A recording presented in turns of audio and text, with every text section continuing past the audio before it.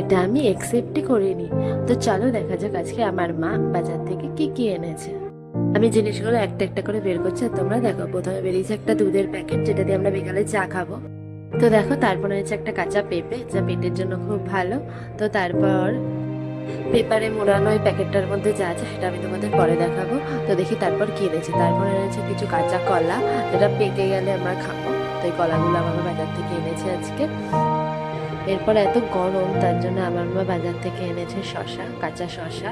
তো শশা তো কাঁচাই হয়, তো শশা এনেছে। তারপরে এই প্যাকেটে অনেক কিছুই ছিল, তো আমি একটা একটা করে বের করলে অনেক লেট হবে, তাই আমি সবকিছু ঢেলে দিলাম। তো আমি এখন সবকিছু ঢেলে দিয়েছি। তো এখন দেখাই আমি তোমাদের কি কি আছে এর ভেতরে। তো দেখো, আমার মা বাজার থেকে এই সব কিছু এনেছিল। তো এখানে অনেক কিছুই আছে, যার মধ্যে আছে পটল, আছে আদা, আছে লঙ্কা, কাঁচা লঙ্কা, আছে লাল টমেটো।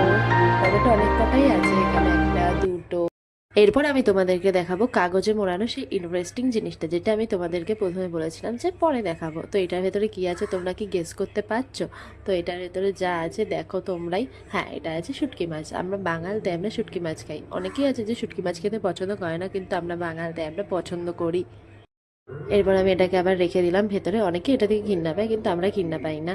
তো নিচে যেগুলো ছিল, মানে যেগুলো আমি ঢেলেছিলাম প্রথমে, সেগুলো আমি এখন সাজিয়ে রাখলাম। তো আমার সাজানো কমপ্লিট।